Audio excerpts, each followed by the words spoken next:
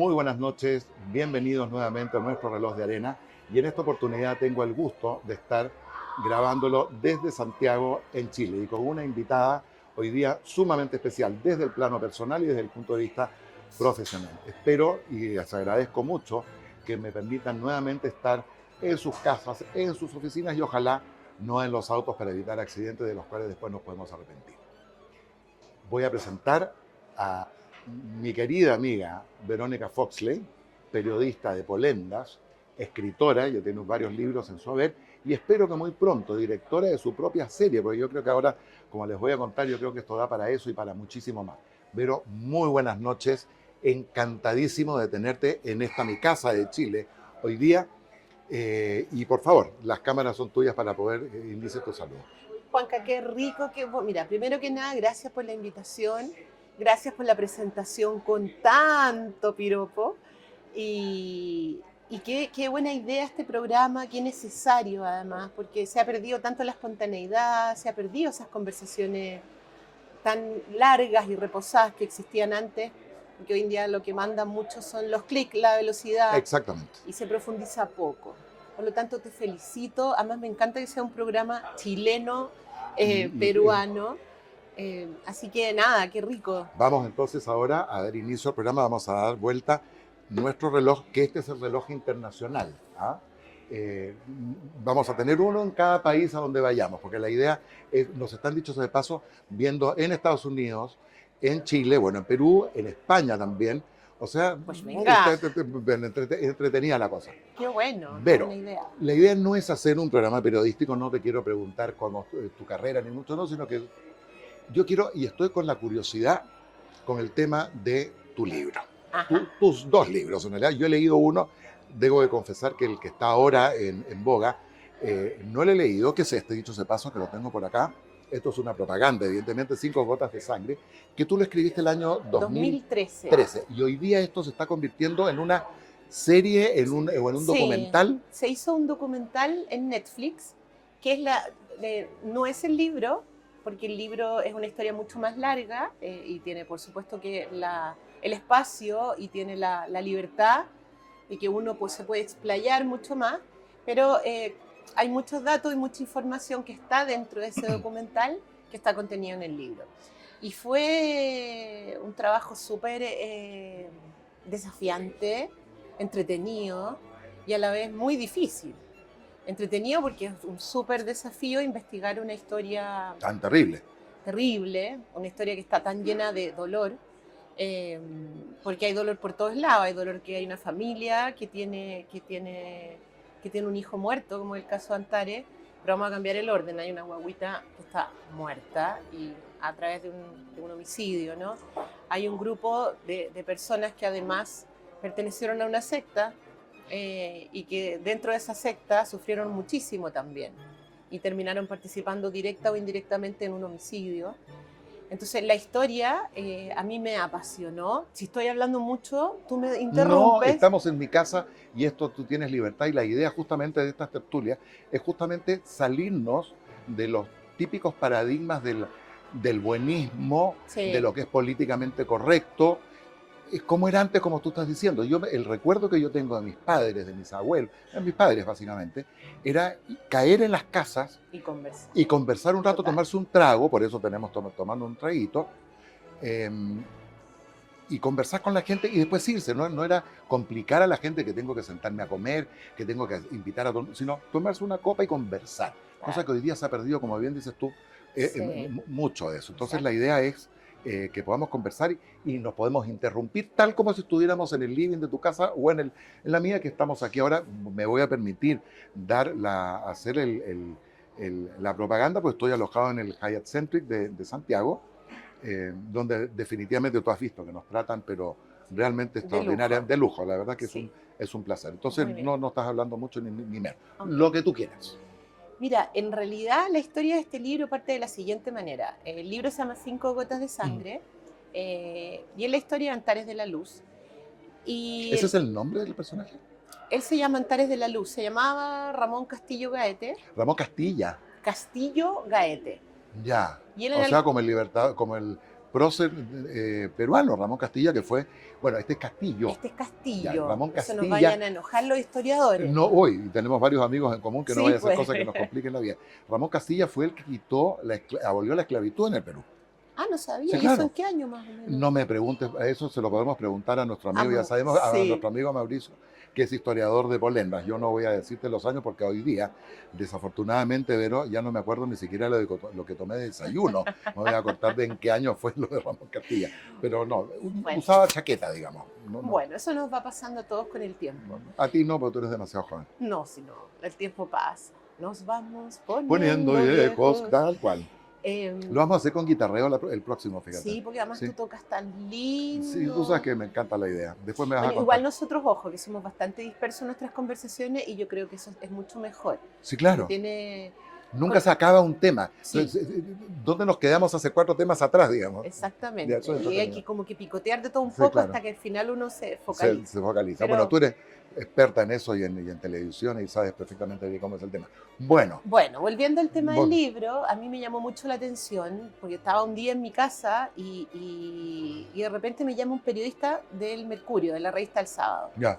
Este periodista me llama, un periodista súper bueno, se llama Sergio Paz. Ya. Y Sergio me llama por teléfono y me dice: oye, Verónica, te estoy llamando porque estoy investigando la historia de la secta Antares de la Luz. Recién había salido la noticia en la prensa, estamos hablando del año abril del 2013, ya. 28, 25 de abril, por ahí. Y me dice, y yo, bueno, estoy viendo la página que tienen en Facebook de una productora con la cual ellos hacían, a través de la cual promocionaban sus seminarios, sus talleres de meditación y también algunas cosas que tenían relación con producción de eventos, eventos con filmaciones y eso.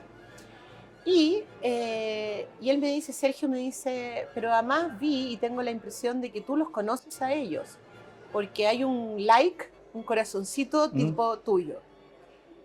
Y yo casi me desmayo, le dije, yo no pertenezco a este grupo, nunca pertenecí. Y ahí me acordé, la noche anterior yo había estado hasta muy tarde investigando, porque como soy reportera de alma, había estado hasta muy tarde y en esas cosas que uno quiere apretar para ver quiénes le dieron me gusta, para saber quiénes podrían estar. Y en el caso tuyo deben tener siempre y ser muchos, que flojera mirar eso, ¿no? Y en cosas como esas deben de haber millones. Claro, y dije, a ver si conozco a alguien. Y entonces empecé a apretar y al apretar se me fue el dedo al corazón. Y entonces, bueno, no me di cuenta. Es como la típica cuando tú estás viendo estas cosas, lo veo yo con la gente joven, que me muestra una foto, no vayas a... Quita la mano. Sí, cuidado. Cuidado, porque si no le vas a decir like a quien no quieres decirle, sí, o reenviar algo que no corresponde. O lo que te pasa con LinkedIn. Con LinkedIn, que al parecer yo no lo uso para nada, pero... A nivel empresarial es muy bueno y es muy potente. Por supuesto, y en el mundo de ahora hay que tener LinkedIn. Sí. Lo que pasa es que yo me enredo mucho con LinkedIn.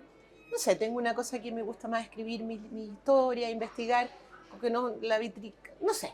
Ya. No, yo no estoy en ese tipo de búsqueda profesional. Gracias a que hago esto, sé que hay un montón de gente que LinkedIn es la mejor plataforma, pero bueno, la cosa es que apreté este corazón y yo no sé por qué me boté como que fue un desafío que yo tenía dando vueltas en la cabeza hace mucho rato. Dije, no, mira, qué interesante que me hayas llamado, porque justo hoy día estaba pensando en escribir un libro. Yo lo había pensado, pero ya cuando Sergio me llame, me dice que había un corazón, yo dije, esto es una Un señal. poquito como lo que te estaba contando de estas tertulias, que empiezan, alguien te da la idea y tú dices, ya me cuelgo. Tal cual. ¿Y tú ya habías pensado en escribir un libro o ese libro? No, yo había pensado, yo hace mucho rato que tenía varios temas, todos policiales, dando vueltas en la cabeza. ¿Ya? Y había investigado... ¿Y policiales por qué, Vero? Es algo que me... A ver, hay toda una polémica respecto a si las personas que se dedican al género policial tienen algún problema de índole psicológico o alguna... No sé, hay gente que dice en el mundo... hay polémica en el mundo. La otra vez hablaba con una periodista española que tiene un blog, tiene un podcast muy entretenido que se llama Elena en el País de los Horrores. ¿Ya? Pero ella hace unos podcasts geniales que tienen mucho que ver con crímenes, historias de crímenes, y además no solamente cuenta la historia, sino que además tiene especialistas, que es lo que le da además un contexto súper interesante al tema. Y bueno, y justo estábamos hablando por teléfono y ella me comentaba y me decía igual a veces sufro como estas discusiones y estos estigmas de que la gente dice, pero ¿por qué te gusta el género policial? Y ella me decía, a mí me gusta el género policial como a ti te gusta comer vegano, como a ti te gusta la novela romántica, a mí me gusta el género policial. Y en realidad a mí me da me interesa mucho saber lo que les pasa a las mentes de las personas para llegar a cometer actos, actos violentos o actos que te cambian el destino de un grupo de personas, que cambian la historia. Y esto evidentemente no obedece a ningún trauma infantil No, no, de que alguna serie que te... no, para nada, no. Fue algo que tengo desde chica. Mira, en Chile, en la época de Pinochet, me acuerdo que estuvo el caso de Rodrigo Amfruns. No sé si te ¿Ya? acuerdas. Algo me suena, sí. Claro, y Rodrigo Amfruns fue un chico que desapareció, creo que tenía como 10 años. Ya. Y tenía, no estoy segura si tenía 10 o un poquito menos, y yo tenía como 10 años. Y yo me acuerdo haber visto con horror en el diario, y todos los canales de televisión hablaban de la desaparición de este niñito. Y yo no sé por qué, empecé como a preguntarme qué había pasado, porque yo sentía que a mí me podía pasar lo mismo, Ya. como esos terrores de infancia. Ok. Eh, y entonces empecé a recortar el diario. Y agarraba las tijeras de mi mamá, que en realidad eran de mi abuela, que mi abuela cosía, y empecé a recortar y hace un tiempo atrás, buscando en unas cajas, en el subterráneo de la casa de mis papás, empiezo a descubrir estas cajas con mis diarios de vida de infancia. Ya. Y ahí estaban todos mis álbumes criminales de cuando yo era chica. Mira tú. Por lo tanto, eso estaba dando vueltas en ¿Qué mí. te decía Verónica, tu madre, que una niñita que debería estar No, jugando con muñecas? Bueno, tu madre periodista también, evidentemente, podría haber sí, entendido, digamos, yo que creo que ni esta siquiera lo curiosidad. compartía con ella. ¿No? No, pues No, en esas épocas uno no compartía nada con los padres. o sea, yo compartía otras cosas, pero de mi interés policial y de estos casos, no, en mi casa se hablaba claro, se hablaba harto de política, cosa que, Obvio. claro, en este momento creo que todas las miradas tienen como una retrospectiva y uno recuerda ciertos hechos de tu niñez de una manera diferente a como los analiza Claro. hoy. Bueno, tienen interpretaciones. Y bueno, el género policial para mí es un género apasionante, que te permite darte cuenta de las fragilidades que tenemos todos. Obvio. Y nada, indagar en la mente de las personas y en general en las investigaciones que hago yo siempre hay una víctima y hay un victimario. Eh, y a veces los victimarios también tienen algo de víctimas o el victimario también tiene algo de víctima. Y en estos dos libros que yo he escrito y ahora estoy escribiendo un tercero, sí, Novedades, qué bien sí, que estoy utilices escribiendo. nuestro pequeño programa Reloj de Arena para mandar la primicia de un tercer libro. Bueno, ¿se puede decir de qué se trata o no? Sí, ¿O es cábala mejor no? no sé, mira, es una historia, no voy a dar mucho dato, pero estoy escribiendo con Roberto Cox. Roberto Cox es un periodista bien Sí, conocido acá en Chile y Roberto investigó este caso, es un caso que fue muy nombrado en la prensa chilena, en la prensa japonesa y en la prensa francesa. ya. Y es la historia de un chileno que se enamoró de una chica japonesa y se fue primero vivió un tiempo con ella en Japón a estudiar, estuvo estudiando allá y luego se fue a Francia siguiéndola en esta... Perdón, no, estoy confundiendo. Él partió a Francia, pero ella no lo sabía. Ya. Ella se fue a estudiar, ella fue la que se fue a estudiar a Francia y él la siguió sin haberle avisado a nadie. Y esta chica desapareció y se le hizo... Desapareció así en Francia. Desapareció, la última persona que la vio con vida fue él.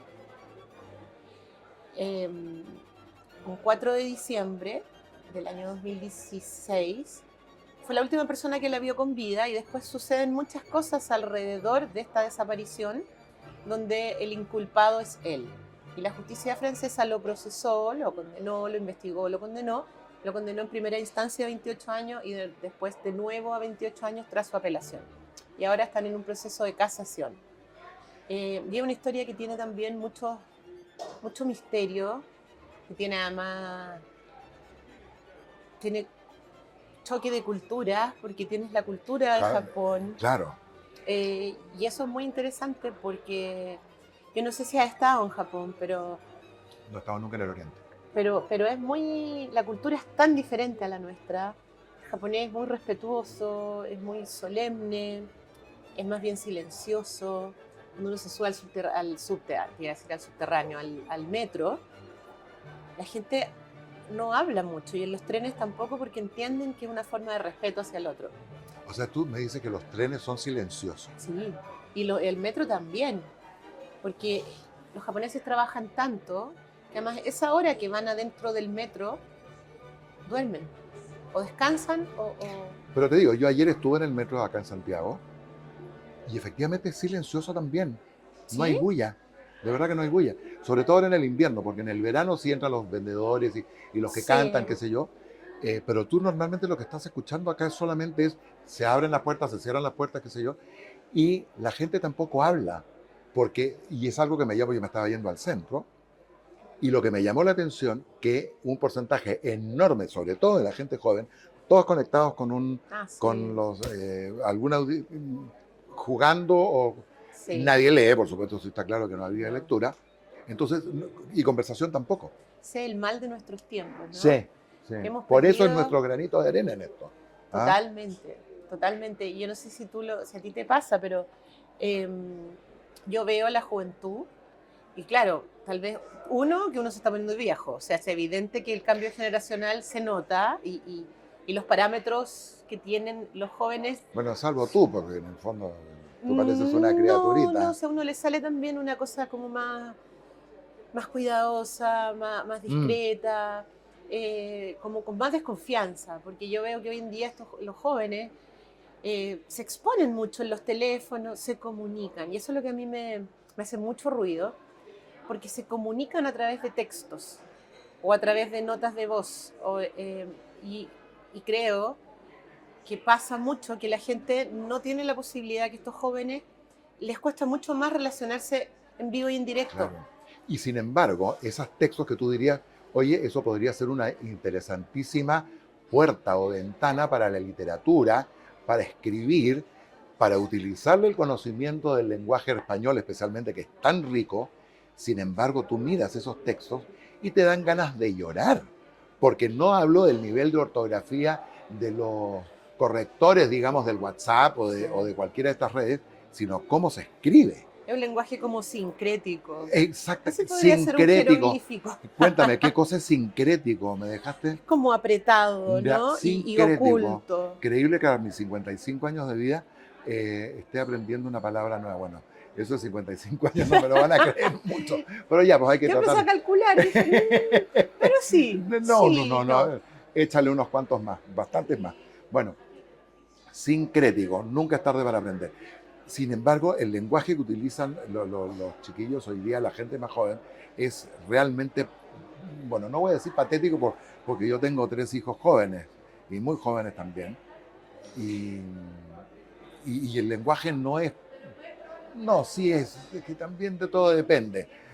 No es la generalidad, pero tampoco voy a hacerle Sí, propaganda a a mí mis lo que hijos. me preocupa es la creación de intimidad, que a veces a través de estos mensajes de texto se crean una intimidad falsa, Claro. una comunicación como que tengo la impresión de que se sienten como muy cercanos y se dicen cosas de manera muy valiente, pero después cuando están frente a frente, No son capaces de sostenerlo. no, es mucho más difícil de sostener. Y bueno, la audiencia de nuestro programa, de tu programa, ojalá que la juventud no nos ponga ahí cosas negativas en los Me comentarios, los han pero puesto, me los han puesto. Tú sabes que la mayoría de las críticas yo las leo, trato de leerlas en la medida de lo posible, la mayoría para que me sí, sigan, porque porque uno, uno obviamente, aprende. uno se nutre de eso, evidentemente. Hay algunas que hago caso, hay algunas que definitivamente paso, tíralo solamente, paso por delante de eso, ¿ah?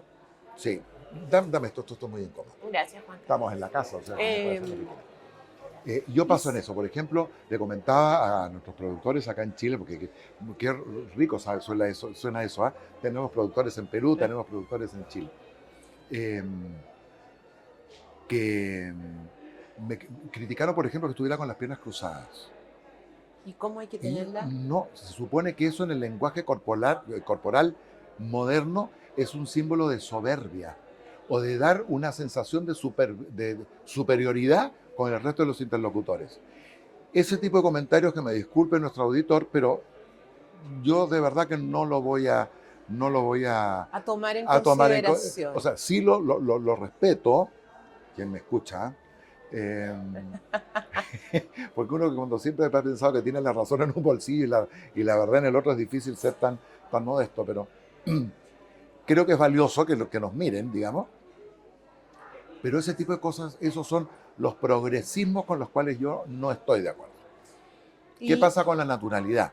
O sea, sorry, pero no. es que estamos viviendo, eh, la gente va a pensar que yo tengo depresión, pero no, no es el caso.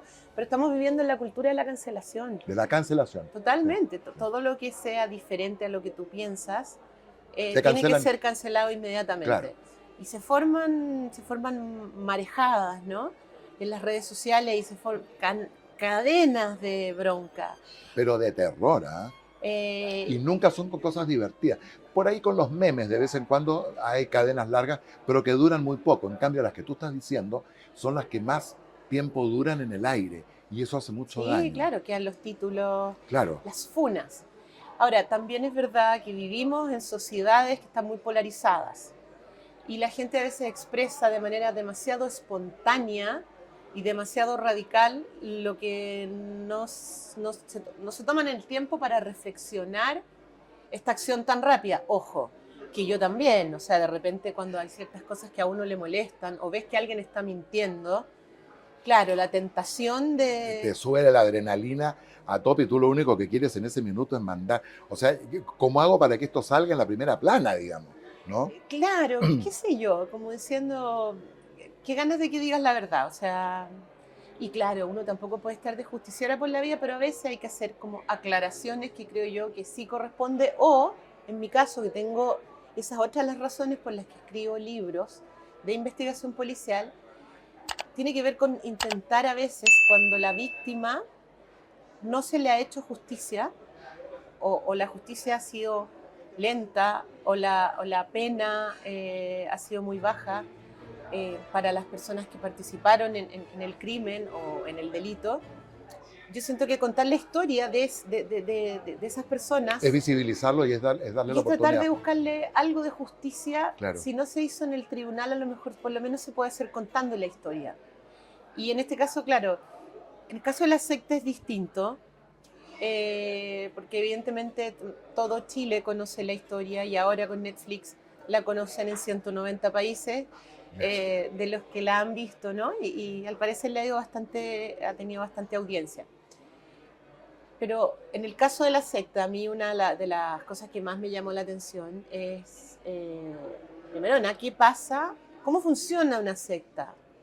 ¿Qué es lo que pasa en las mentes de las personas para convencerse que un tipo que tienes al frente como Ramón Castillo Gaete, que era tu maestro, de repente se convierta en Dios?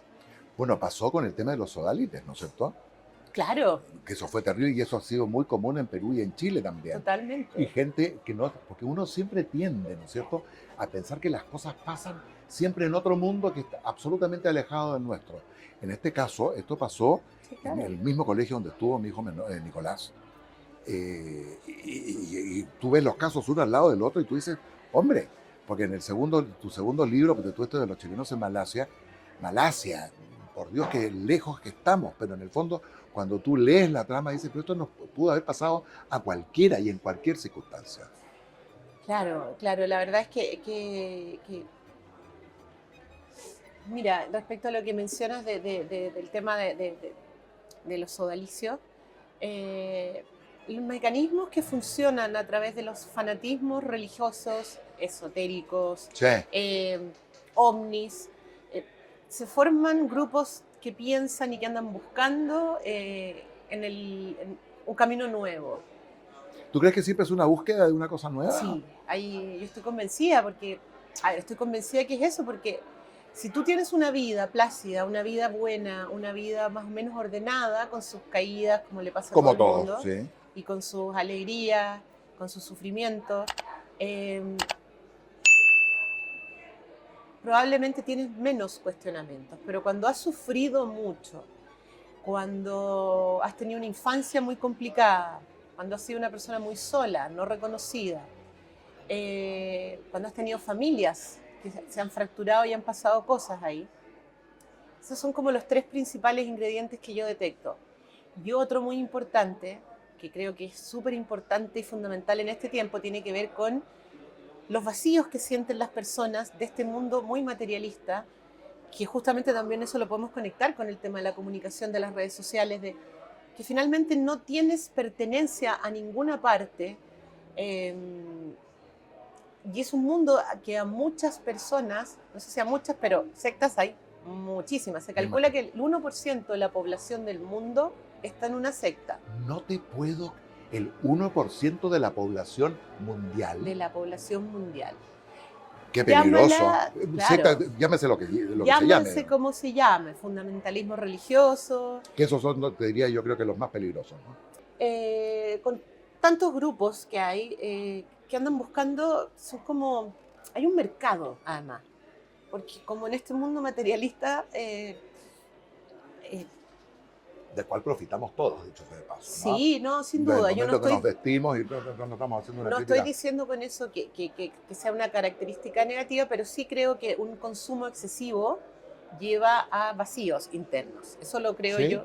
Sí, yo creo que a medida que más tiene el hombre, de hecho hay un filósofo chileno que se llama Héctor Croxatto, No lo conozco. que era muy brillante. Él decía que a medida que el submundo exterior se rodea de cosas, tu mundo interior se va vaciando paulatinamente. Oye, qué interesante eso. Porque tienes menos conexión con lo importante en la vida. Tienes menos conexión con la reflexión, con los valores del silencio, con el estar tranquilo. Pero también todo depende cuál es tu circunstancia de vida, pues, pero Sí, pongamos, por ejemplo, bueno, cualquiera de nosotros dos que somos, para empezar, animales sociales. sí. Para empezar. Yo cada vez menos, pero bueno. No me diera la impresión, mirando tu agenda, que es complicado asegurar eso, pero, por ejemplo, tú que vienes del mundo del periodismo, que Sí. lo has tenido desde niña chica, porque tu madre era una periodista famosa, tu hermano también en su minuto, ¿no es cierto? Has sido presentadora de televisión en Argentina. No, presentadora No, no fui pero... nunca. Trabajaba como productora en un noticiero. Ah, eras la productora. ¿Tú no eras la cara visible? No. Ah, yo pensé que sí. Se No. la perdieron, fíjate. No, de hecho tampoco les gustaba mi acento. Eran bien... Ah, claro, pero en Argentina Claro, una chilena. esto era Buenos Aires. Por último, hubiera sido en Mendoza, que el acento se parece un poco más. Ya. No, yo además siempre he preferido estar detrás de cámara. O sea, igual esto de estar así como con una filmación. Claro, pero lo que te quería para mí decir un espacio- en el fondo, que una persona como tú, una persona evidentemente inteligente, que tiene mucho que contar, con un insight, que tienes todo este cuento, también te has nutrido de un mundo frívolo. Tú has trabajado en prensa, pero en la prensa no voy a decir los nombres, porque además son amigos nuestros los que fueron los propietarios de estas revistas, digamos, que eran básicamente el epítome de la frivolidad, pero que cumplían una función en su minuto. Y que la cumplían. Pero ahí voy a discrepar de ti. Me parece fantástico. Voy a discrepar Después te voy a de- volver a discutir igual. Mira, yo creo que las revistas llamadas en Chile de papel couché, o couché, no sé Couché, cómo se ya. dice, tenían fama de ser muy frívolas. Y Yo estoy en efectivamente, desacuerdo con eso, ¿eh? Pero eran. no eran. Tenían partes frívolas, pero tenían grandes artículos, grandes periodistas pasaron por revistas de papel couché. O sea, mi editora general durante 2 años fue la Mónica González, la creadora de CIPER, el mejor periodismo de investigación que existe en Chile. Mira tú. Ahí estuvo la Patricia Verdugo, también una tremenda periodista. Ahí estuvo la Elizabeth Suercasó.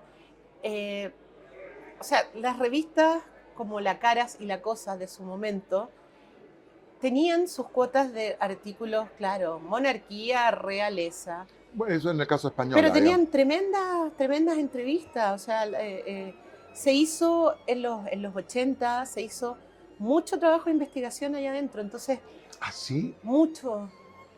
Eso me va a sonar, mi querida Verónica, yo leo, como decían nuestros papás, yo leo Playboy porque tiene muy buenos artículos. Y pasábamos delante la calata, ¿no? No. No, pero a ver, sí, la gente no compraba por la política y no compraba pero había... A ver, lo que pasa es que hablar de política es medio No sé, complicado, que una mejor lata. que no hablemos de Sí. política. A Pero pesar que a los dos nos gusta y nos mucho, ¿ah? gusta y mucho. Sí, sí, sí. Pero en la revista o en la revista Cosa en particular, la Mónica Comandari Sí, siempre fue una directora maravillosa, sí. ¿Qué generosa, es de ella? buena ¿Está persona, está bien? muy bien, muy bien. Y ella fue una persona espléndida, encantadora, Sí. y además siempre la Mónica ha hecho mucho juego de entregarle al segundo mucho, o sea, bastante poder. Y claro, la Mónica tenía una tendencia política, ella era la Mónica Comandari, ella era muy adepta y le tenía mucho respeto a Pinochet. Y eso que no íbamos a hablar de política. Claro, no vamos a hablar de política, pero habíamos otros periodistas que no teníamos tanto eso. Ya. Y también hubo editores que por supuesto que estaban en las antípodas de eso. Pero la Mónica tenía la capacidad de darse cuenta de que eso era bueno para la revista. Ya. Claro, evidentemente la revista Cosa en algún momento fue la revista que sacó 5 matrimonios de una de las hijas de Pinochet vestida de novia siempre. No sé si son 5 o 4, ¿me entiendes? Pero eso era una cosa como que uno lo miraba y era como medio absurdo. Tú dices, miércoles, o sea, es como un poquito mucho en términos de cobertura, pero la gente lo consumía, a la gente le gustaba eso. Evidentemente, si es que no se... a ver, si las compraban era porque era entretenido, porque a la gente le gustaba eso. Evidente. Claro, lo mismo que dices tú de la revista Playboy, que tiene unas tremendas entrevistas. Yo no sé si todavía funciona en ese formato, hace tiempo que no la No leo. tengo idea. Pero claro, tiene a todas estas señoritas en prendas menores. Hoy día terminan siendo monjas de clausura las de Playboy, pues, Verónica. Hoy día que tú aprietas cualquier cosa en internet y te sale lo que quieras, bajo cualquier circunstancia, Playboy, como te digo, pasa a ser un misal. Sí, pues y ahora tenemos OnlyFans, ¿viste? No sé Sí. si sabes lo que es OnlyFans. Hay una, el otro día mi hija Mónica me dijo, papá, ¿qué haces metido ahí? ¿En dónde? Le pregunté yo. No me preguntes qué cosa era. No era Tinder, porque yo no, imagínate, Tinder. Fue un nombre parecido. ¿Ah? Y alguien me dijo, quiero ser tu amigo. Yo dije, obvio. Me apreté obvio. Pero resulta que esto tenía una serie de connotación que no era la que yo buscaba. O sea, si a mí me pides... No era LinkedIn. No era LinkedIn, evidentemente que no. Pero era otra cosa que yo dije, esto debe ser estas cosas modernas que hay que estar. ¿No es cierto? Dije que sí. Y Mónica me dijo, no, esto lo tienes que sacar porque esto puede tener una connotación distinta que la que tú le has pretendido dar. Y la gente hace millones. Mira, en Chile tenemos una niña, una política, que bueno, la historia para resumirla, una persona política que está en arresto domiciliario. Ajá. Hay dos en realidad. Una de la derecha y la otra más de la izquierda. Y seguimos insistiendo que no vamos a hablar de política. No, pero es como para hacer un equilibrio de personas, ¿no? Y de situaciones. Linda ella. Un balance. Ya. Y las dos en el arresto domiciliario, una de ellas tiene OnlyFans y gana mucha plata porque la gente la quiere ver sexy, porque además es muy bonita. Ya. Es una persona que tiene algunos problemas importantes con la justicia, ha hecho cosas feas, hay que demostrarlo, habría hecho cosas feas, como se dice en periodismo, habría cometido algunos delitos importantes, bastantes, y por montos también grandes. Interesante, ya.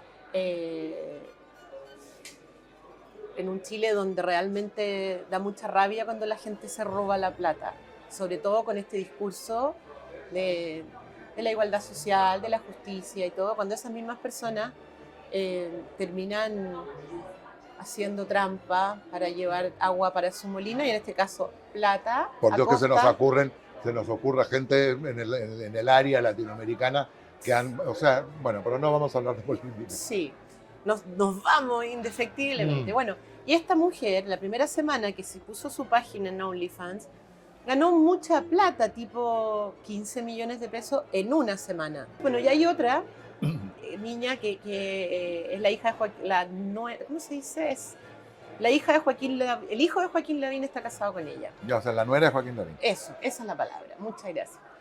Y bueno, y ella sube en Instagram unas cosas como bailando, videos como...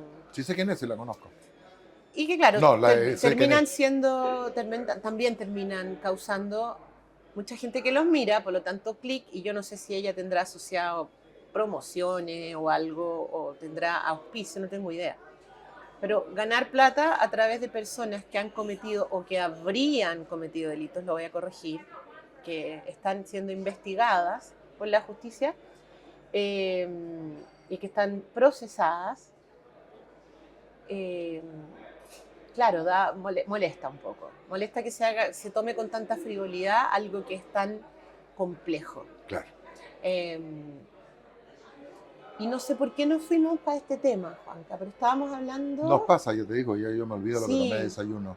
Sí, porque estábamos como... Me que estaba riquísimo. Pasamos al tema del control mental. Ah, ya sé por qué.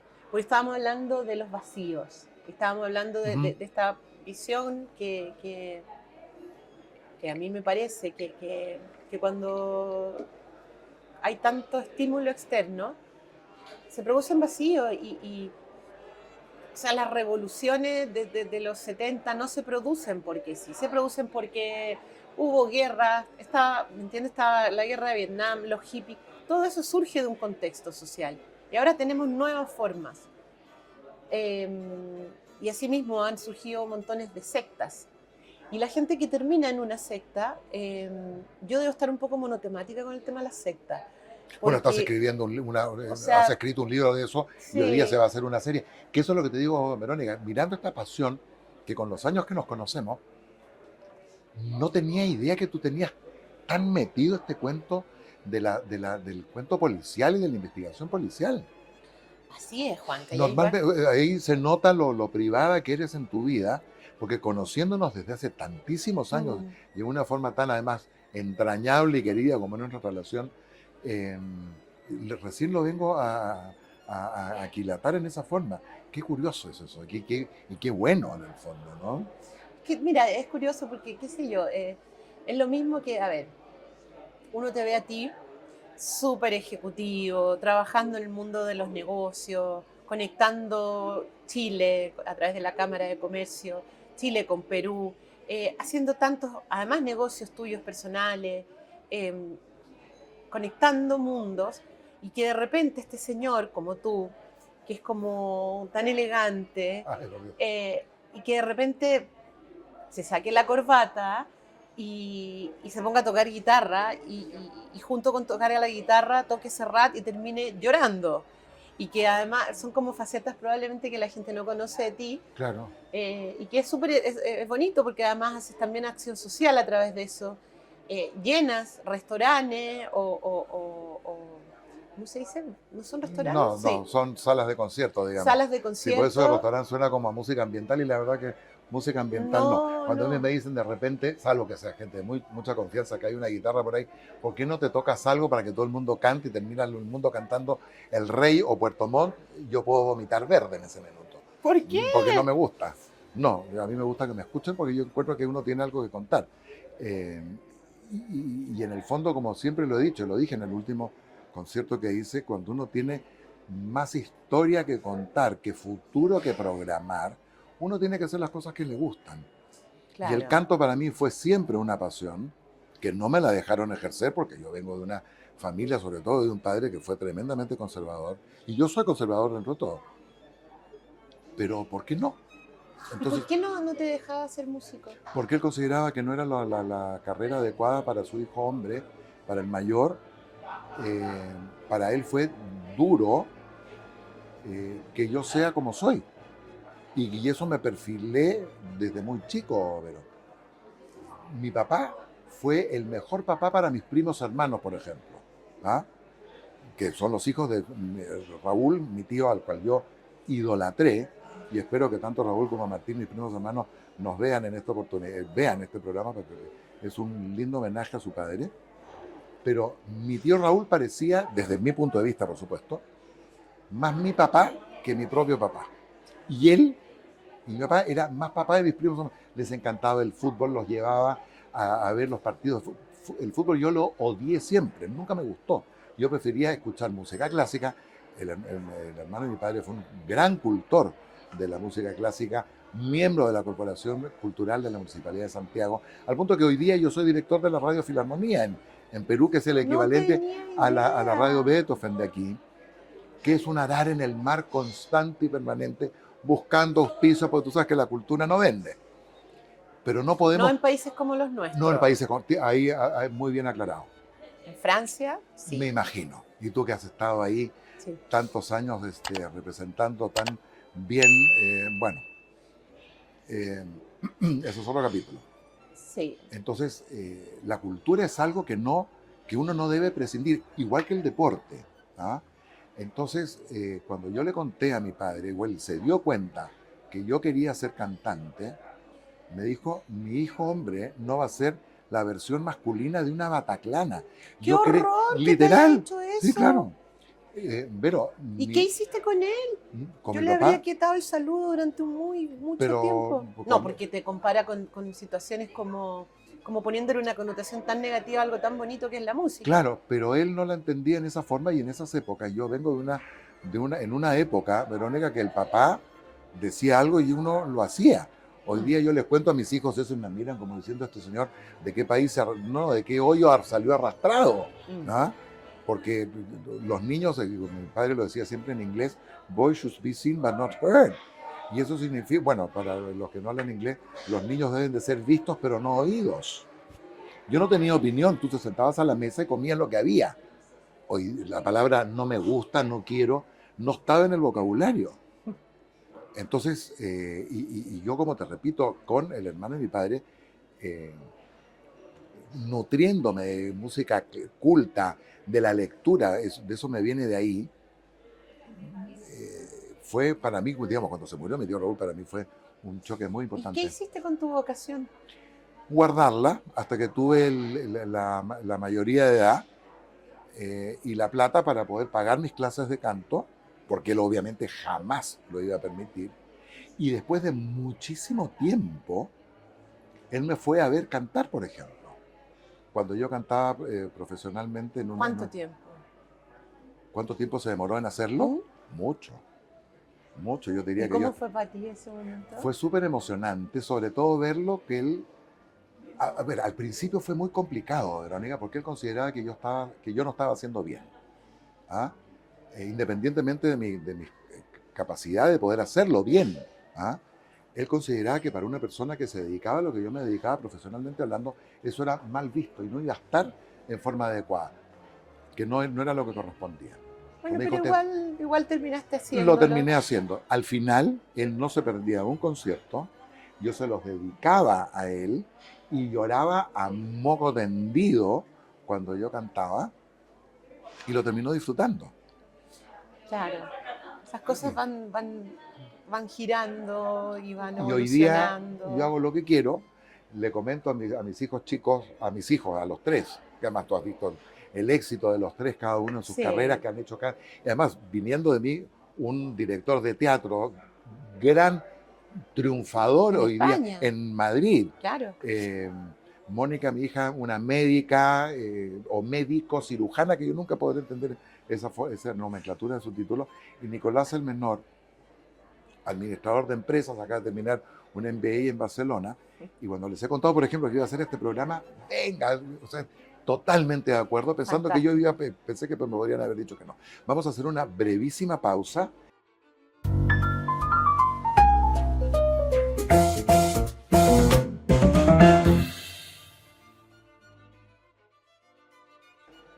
Bueno, de vuelta en nuestro reloj de arena, eh, un minuto siempre hay que tomárselo por temas técnicos, no le voy a echar la culpa a los productores que son impecables. Bueno, estamos hablando de lo que uno termina haciendo después Mm, que te lo permiten. Y cuando se rompen un poco los estereotipos, como dices tú. Yo claro. te veo a ti, linda, preciosa, una periodista reconocida, porque además tú eres reconocida en Chile y además lo hiciste también en Argentina, y resulta que tienes esta cosa, no te voy a decir que oscura, pero que te gusta y te apasiona, la cosa policial La criminal, crónica negra. crónica negra. Eso, por ejemplo, no suena, o sea, no va de la mano con tu pinta, Mi personalidad, capaz. ni con tu personalidad de la pinta. Y en el caso mío, con lo que dices tú, un señor de cuello y corbata, pues yo trabajo por lo general de cuello y corbata, y soy terco, ¿ah? Hoy día me parece que por qué no seguir manteniendo determinados protocolos independientemente de la comodidad. Esa gente que se pone traje, por ejemplo, y no se pone la corbata, ¿de qué estamos hablando? Si tú te vas a poner una cosa que te va a cogotar el cogote de almeja, te entiendo, ya, ábrete la camisa, pero tan incómoda es la corbata, no es incómoda, es como ustedes cuando se ponen tacos. A mí los tacos me cargan y a veces los uso, pero yo Ya me está tirando toda la teoría al agua. sí, yo considero que la gente tiene que andar cómoda. Bueno, entonces bajo ese criterio, entonces anda siempre en buzo. No, pero si le molesta la corbata y si la corbata no la reconoce como algo de su personalidad, yo creo que no pasa nada. ¿Y qué pasa? Depende el lugar, depende de la situación. Berito, ahí entramos nuevamente a los buenismos y los progresismos. ¿Qué Sí. pasa si tú te sientes cómodo andando sin ropa? Bueno, es que ese, o sea, O no bañándote o no peinándote, ponte tú.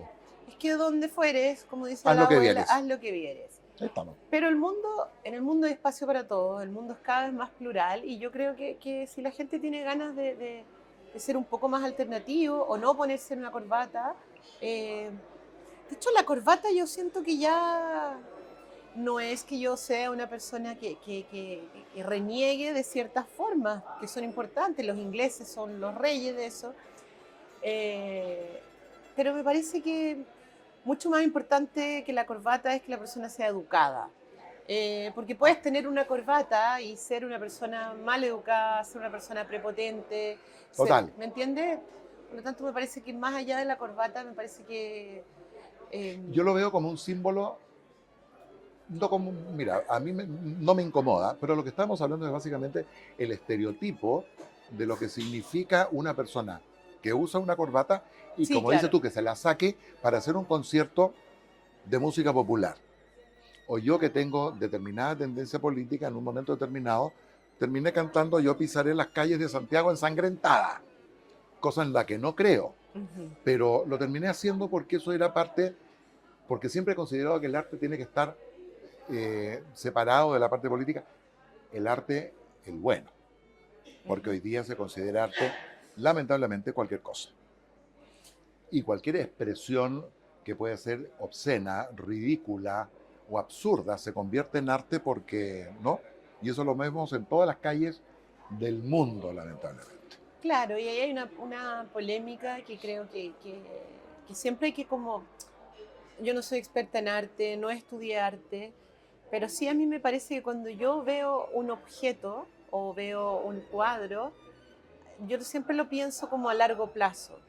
O sea, por ejemplo, uno ve los cuadros del Renacimiento, ves, no sé, a Piero de la Francesca, ves, no sé, el siglo XV, ves los muralistas, ves pintores, no sé si se llamaban muralistas en ese momento, pero que eran pintores preciosos, que tenían, o sea, que han pasado el tiempo, Leonardo da Vinci. Son obras que si tú las ves hoy en día, esas mismas obras tú las entiendes, las miras, las interpretas, pero de aquí a 200 más, por ejemplo, si yo veo a Basquiat, a mí Basquiat no me gusta nada, lo observo y lo miro, digo, o qué sé yo, veo a este otro señor, no me acuerdo, ¿cómo se llama uno que como que diseca pájaro? Eh, yo digo, claro, puede ser muy progre, le pagan millones de dólares, so what? ¿Qué va a pasar con nuestros hijos si es que el planeta todavía, o sea, nuestros bisnietos, el planeta todavía existe? Eh, Frente a eso. Claro, ahora entramos en otra era que es el arte digital. Claro, las cosas van avanzando y uno cada vez, por lo menos en mi caso, cada vez me gusta más los orígenes del arte, los orígenes de Cuando el arte está bien entendido y en forma, los clásicos. los clásicos. Pero es que qué cosa es clásico y en qué momento empieza a ser clásico, digamos. Un poco el tema con la música, por ejemplo. Y eso lo discuto mucho y siempre con la gente joven. Lo que yo considero música y lo que ellos hoy día consideran música. Pero Bueno, cuando sí, el tú... reggaetón. ahí estamos. Eso no es música. Cuando tú ves hoy día a gente de 30 y tantos años que saben quién fue Neil Diamond y que en un ritmo remasterizado, con nuevos arreglos. Las mismas canciones que escuchábamos nosotros cuando teníamos 14, 15 años, y las escuchan hoy día en el año 2024, donde hay una trascendencia Perduran. y perdura. Los Beatles, Por ejemplo, los que eso Rolling ya, Stones. ¿qué sucede con el señor Daddy Yankee, nunca sé cómo se llama estos señores, cuyas letras son así?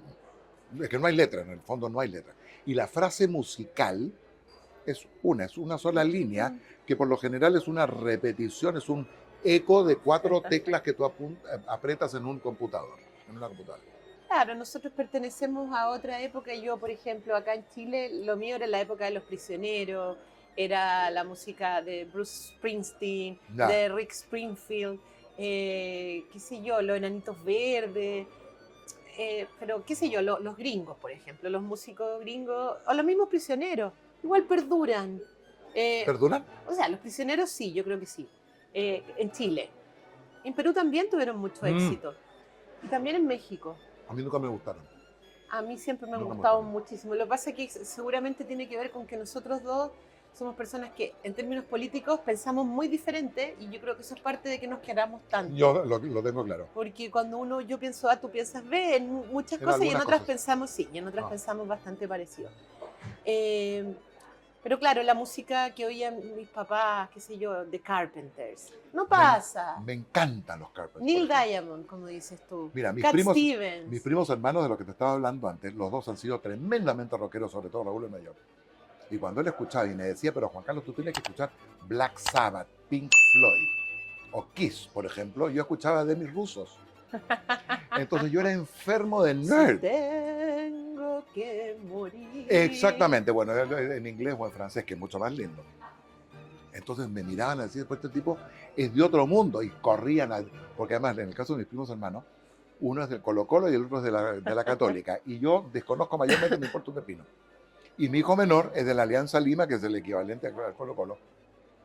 Enfermo de futbolero y de futbolista. Pero convivimos en una forma muchísimo más respetuosa que la que tuve yo como hijo con respecto a mi padre.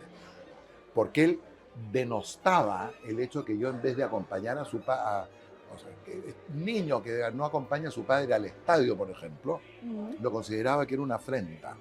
Como yo también consideraba que era una afrenta que él lo entendiera, que yo prefería quedarme escuchando música clásica o leyendo un libro. Claro. Desde chico. Y por eso es que hoy día soy un gran lector. Y que empezaba a retomar cosas espectaculares, que ya decía, pero este es un mundo que ¿por qué me lo dieron tan chico? La Isla del Tesoro. Tú sabes que estoy leyendo Crimen y Castigo de Dostoyevski ahora, ¿no? Que es una maravilla. Una maravilla. Y hace Yo muy te diría pocas... que es uno de los mejores libros que ¿Sí? se ha escrito. Sí. Los Tres Mosqueteros de Alejandro Dumas. Lo he vuelto a releer después que lo leí primero en inglés, que no entiendo por qué lo terminé en inglés, porque además es en francés, pero... Y son cosas que yo trato de decir, ¿saben qué? Esto es realmente una maravilla. Y la Sí. intriga y la pasión. Pero en el mundo de las letras, yo creo que eso yo lo sacaría de la expresión tan pop o tan arte, o ¿Sí? llámalo No. como que. En el mundo de la literatura yo creo que ¿Tú crees que la literatura es un arte? o sea, ¿Tú crees que es un arte, por ejemplo, la literatura, Totalmente. no? Sí, ¿no? Totalmente. Hay gente que a uno le estalla la cabeza. Pero me acordé del caso, yo tengo una amiga argentina que es una maravilla. Ella se llama Sol, no voy a dar su apellido, pero cuando lo vea se va a reír. Y ella tiene problemas, según ella es un problema. Tiene un hijo de 5 años. Y su hijo lo único que quiere es leer, y me hiciste acordar de eso. Y en vez de querer A los estar 5 años. a los 5 o 6 años, y por ejemplo cuando van a un restaurante, el niño en vez de agarrar un teléfono quiere un libro. Entonces, y va a muchos lugares con un libro. Oye, qué notable. Es notable, y yo le digo, pero es buenísimo. Y ella me dice, y no es porque lo diga como, no, a mí me gustaría, me dice ella, que juegue un poco más fútbol. Entonces, ¿me entiendes? Porque el ¿Dónde está deporte el es muy sano? bueno. Claro, ¿y El dónde sano está el sano el sano equilibrio. Y porque a través del fútbol a veces los niños se relacionan más, tienen más amigos, la literatura te tiende a ser un poco más solitario, que yo hoy en día lo agradezco profundamente. Me gusta mucho la soledad, me llevo bien con la soledad. Es rico estar solo de vez en cuando uno lo escoge. Sí, claro. Cuando uno lo escoge, ¿no? Sí, a mí me gusta. Sí, yo también Me la gusta disfruto. mucho. Ahora, la soledad, como te repito, escogida, tus propios momentos de intimidad, porque hoy día todo está tan, bueno, ya estamos hablando como viejos No, nonagenarios, ¿no? heavy, tenemos que Sí, de yo voy a sacar, terror. yo, o sea, yo de verdad que tengo que en este momento sacar el crochet, Sí, como, no, digo, porque claro, uno se va poniendo cada vez, por lo menos en mi caso, yo siento que yo he tenido me he puesto más cuidadosa, como más cuidadosa con las personas en algún punto, más cuidadosa como tratando de que los hijos de uno sean más cuidadosos en sus relaciones, más cuidadosos en su exposición, eh, más cuidadosos en las formas también a veces, porque como se han perdido tantas formas, claro, eh, cuidadoso también en no sé, tratar de que ciertas cosas que antiguamente se valoraban mucho vuelvan a tener un valor. esa Que es la la idea. rapidez, como es este programa, ¿me entiendes? Que o sea, el vértigo de que todo tiene que ser express y rápido y que la gente solamente ve el teléfono, o sea, el video tiene que medir, no sé, 60 segundos o menos de, no sé cuánto Menos, es, no sí. tengo idea, pero tiene que ser rápido porque si no la gente se te va y ya no te ve. Y a mí no me importa eso. Ahora, la ventaja de este tipo de programas, por ejemplo, en estas circunstancias, es que tú lo pescas, lo puedes dejar, después lo puedes volver a retomar y no pasa nada. A diferencia que, y no te lo pierdes. Bueno, hablando de términos de programa, nuestro reloj de arena ya llegó a su fin. Quiero agradecerte, Verónica, entrañablemente la generosidad de tu tiempo. Creo que esto merece un segundo capítulo. Yo en unas cuantas semanas más voy a estar de vuelta.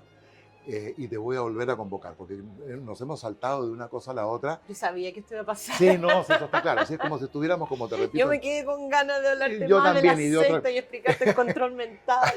Y bueno, nada, eso pasa. Y hacerte montones de preguntas que te las voy a hacer ahora cuando se termine el programa. Tal cual. Agradecerte enormemente tu presencia aquí, las ganas que has tenido, la buena onda y nada. Ya te voy a mandar, bueno, ya veremos cuáles son los resultados de esto, que va a ser sin duda espectacular. Te deseo, como siempre, el mejor de los éxitos con tu serie, que más esto se tiene que convertir en serie, Verónica. Yo creo que por ahí va a ser el tema. Hay que darle tiempo, las cosas maduran solitas. Yo Sí. aprovecho también de darte las gracias a ti por este espacio y además de decirte que amo Perú. Yo viví en Perú muchos años, amo la cocina peruana, tenemos grandes amigos en Sí, Perú. eso sí está clarísimo, y todo te echas mucho de menos. Sí, y por lo tanto, Perú para mí, yo tengo dos banderas en mi corazón, tres. La chilena, la número uno, Perú y Argentina son mis segundas banderas patrias. Y así que todas esas cosas y todas esas discusiones de un país a otro, a mí no me importan Cero. Y de nada. cosas. En el caso mío también, yo tengo un país de origen y tengo un país de acogida. Los quiero entrañablemente a los dos. Y nada, nuestro reloj de arena nos va a seguir uniendo. ¿Me puedes pasar eso, Javi, por favor? El bolso ese. Y esto es un mínimo recuerdo de nuestro reloj de arena para que siempre te acuerdes del reloj de ¿Qué arena. cosa más linda, Juan? ¿Cuánto tiempo tiene Eso el tiene, reloj? creo que un minuto. Esto va a ser el tiempo que ahora se va a poder bañar la gente en mi casa. Hoy tenemos un problema con el agua. Ah, hay que cuidar el agua. Aprovechemos de pasar el mensaje. Un minuto, reloj de arena. Hay que cuidar el agua. Bueno, hay que cuidar Eso todo. sí tiene que ser rápido, ¿viste? Claro. Eso sí. Pero tan rico bañarse largo rato. Bueno, muchísimas gracias a todos, queridos amigos, nuevamente por haberme acompañado en esta versión, en la primera versión internacional filmada acá en Chile. Espero repetirla muy prontamente y después en España y evidentemente en donde sea que nos puedan acoger. Muchísimas gracias, muy buenas noches y hasta la próxima semana. Ya, borren de nuevo. Bueno, así es, así como cuando es en vivo. Ya.